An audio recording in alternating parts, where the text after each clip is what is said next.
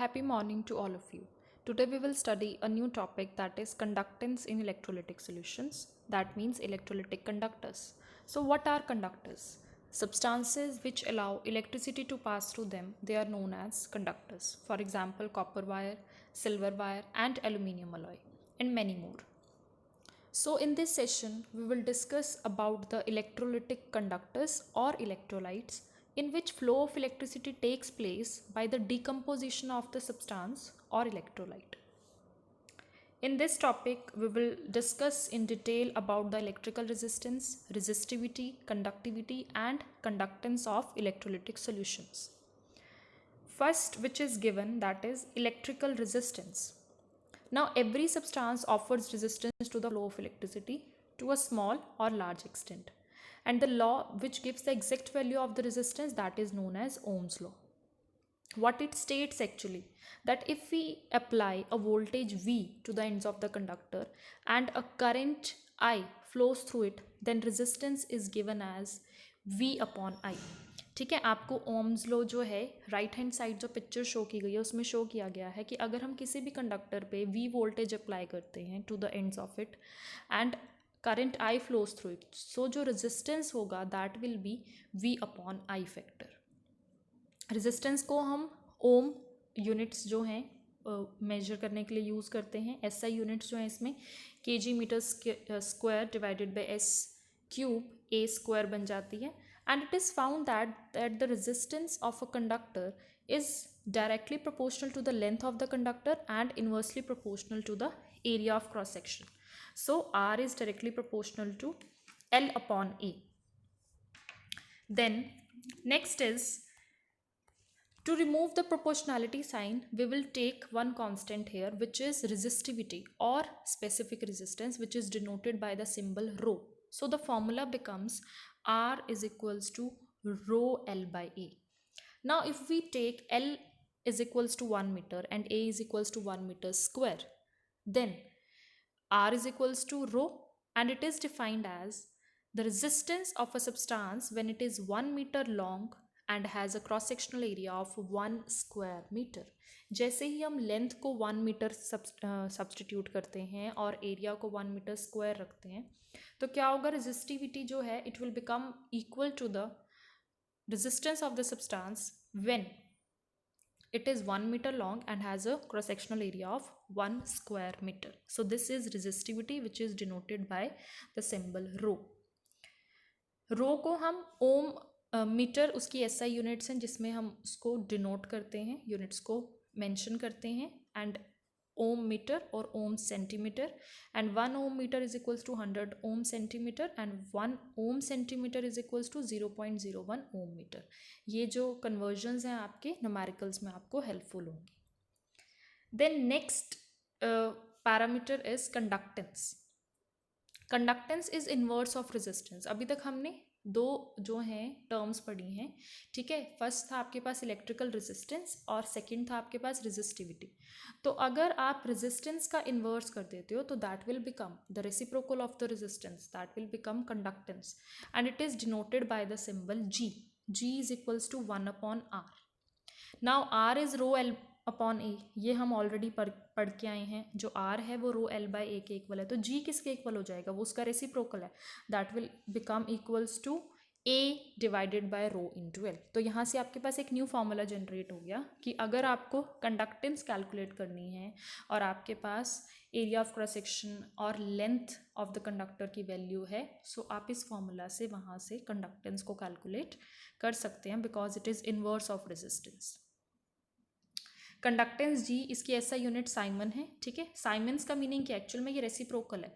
तो रेजिस्टेंस की यूनिट्स होती हैं ओम, तो उसका रेसिप्रोकल है तो ये ओम इनवर्स बन जाता है, जिसे हम मोहो भी बोलते हैं, MHO.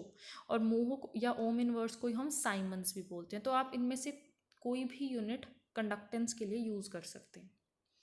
नेक्स्ट फोर्थ जो आपको यहाँ पे टर्म गिवन है, दैट इज कंडक्टिविटी, ठीक है, which is denoted bye a symbol similar to letter K, which is named as kappa.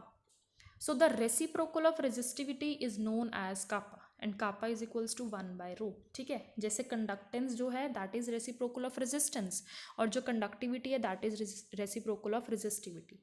So rho जो है वो रेजिस्टिविटी, या हम उसे स्पेसिफिक रेजिस्टेंस भी कह सकते हैं, जब उसका रेसिप्रोकल हो जाएगा तो वो बन जाएगा कंडक्टिविटी।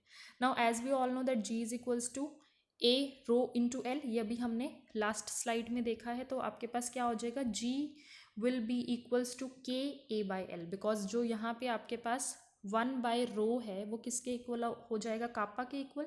तो हम उसे लिख देंगे G is equals to kappa into A by L.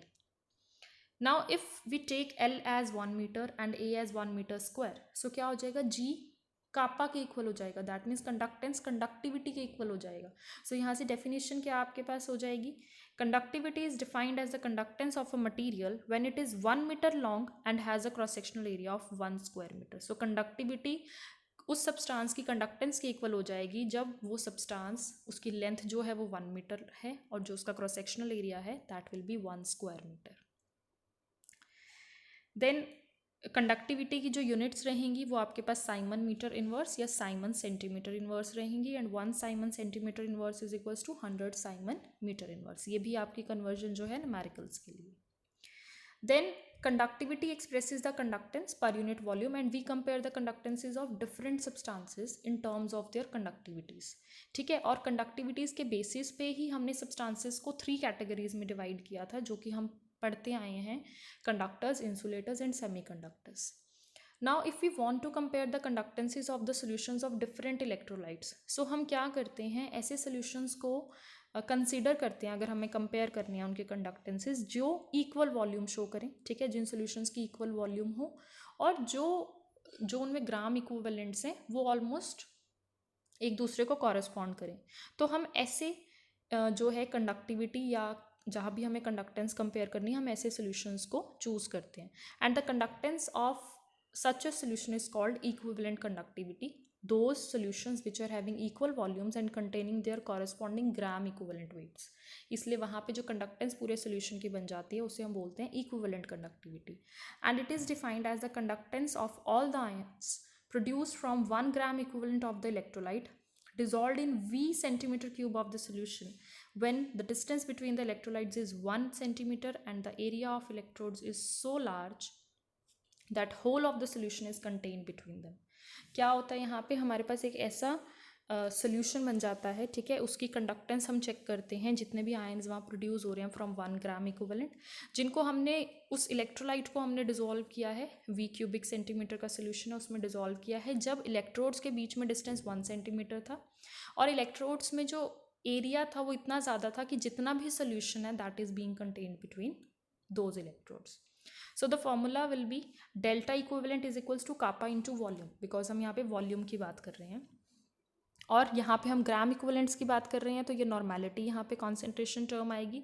ठीक है, और यहाँ पे 1000 से जो है न्यूमरेटर में फैक्टर जो है मल्टीप्लाई हो जाएगा। क्यों हुआ है यहाँ पे, क्योंकि जो वॉल्यूम है, वॉल्यूम का मीनिंग क्या है, कॉन्सेंट्रेशन के टर्म्स में अगर बात कर रहे हैं, so if the solution has a concentration of C gram equivalent per litre, that means C gram equivalents are dissolved in 1000 ml of the solution. तो वो कंसेंट्रेशन बन गई, इसलिए हमने उसको जो है डिनोट कर दिया 1000 divided bye n, that means normality means उतने ग्राम इक्विवेलेंट्स वहाँ पे डिजॉल्व्ड हैं पर लीटर ऑफ द सोल्यूशन, इसलिए वो 1000 जो न्यूमरेटर में है वो फैक्टर आपके पास आया। ठीक है, सो यहाँ से हम जो है इक्विवेलेंट कंडक्टिविटी को कैलकुलेट कर सकते हैं। सिमिलरली जैसे हम इक्विवेलेंट कंडक्टिविटी में किसी भी सोल्यूशन की कंडक्टेंस को कैलकुलेट करने के लिए ऐसा सोल्यूशन सिलेक्ट करते हैं या ऐसा इलेक्ट्रोलाइट सिलेक्ट करते हैं टू कंपेयर जिसमें इक्वल वॉल्यूम्स होती हैं and which are having their corresponding gram equivalent weights. So similarly हम इसी तरह से मोलर कंडक्टिविटी में भी करते हैं, जिसमें हम मोल्स के साथ डील करेंगे। सो मोलर कंडक्टिविटी को अब हम डिनोट करेंगे डेल एम से। ठीक है, डेल्टा एम से। डेल्टा एम सेम है, आपका वही फैक्टर रहेगा जो आपके पास था कि कापा जो है दैट विल बी। अब वहाँ पे हमने जो इक्विवेलेंट कंडक्टिविटी में क्या था आपके पास, वहाँ पे क्या था कि कितनी कंडक्टेंस सभी आयंस प्रोड्यूस करेंगे from 1 gram equivalent of the electrolyte. यहाँ पे हो जाएगा the conductance of all the ions produce from 1 mole of the electrolyte. तो यहाँ पे आपके पास लास्ट में क्या फॉर्मूला बन जाएगा, अगर यहाँ पे कापा कंडक्टिविटी है और C कंसेंट्रेशन है and C is in mole per metre cube, kappa is in siemens metre inverse. तो यूनिट्स जो हैं डेल्टा एम की वो ये बन जाएंगे siemens metre square mole inverse. तो हम वैल्यूज़ को सब्सटीट्यूट करेंगे। अब मोलर कंडक्टिविटी की बात हो रही है तो दैट मीन्स मोलैरिटी का फैक्टर होगा, ठीक है। तो फॉर्मूला बन जाएगा kappa into 1000 divided by molarity. So equivalent conductivity में था आपके पास kappa into 1000 divided by normality, यहाँ पे होगा मोलर कंडक्टिविटी है तो यहाँ पे मोलैरिटी होगा। तो जब भी हम दो इलेक्ट्रोलाइट्स कोई भी हैं हमारे पास, if we want to compare the conductances of the solutions of different electrolytes, so हम यहाँ पे दो कंडक्टिविटीज़ में मेजर करते हैं, चेक करते हैं पहले बेस्ट चॉइस अपनी देखते हैं कि जिसमें ऐसे सॉल्यूशंस हम कंसिडर करते हैं which have equal volumes and they are containing their corresponding gram equivalent weights और नंबर ऑफ मोल्स। तो उसके बाद हम इक्विवेलेंट कंडक्टिविटी और मोलर कंडक्टिविटी कैलकुलेट कर सकते हैं। So this is all about conductance in electrolytic solutions. Thank you everyone.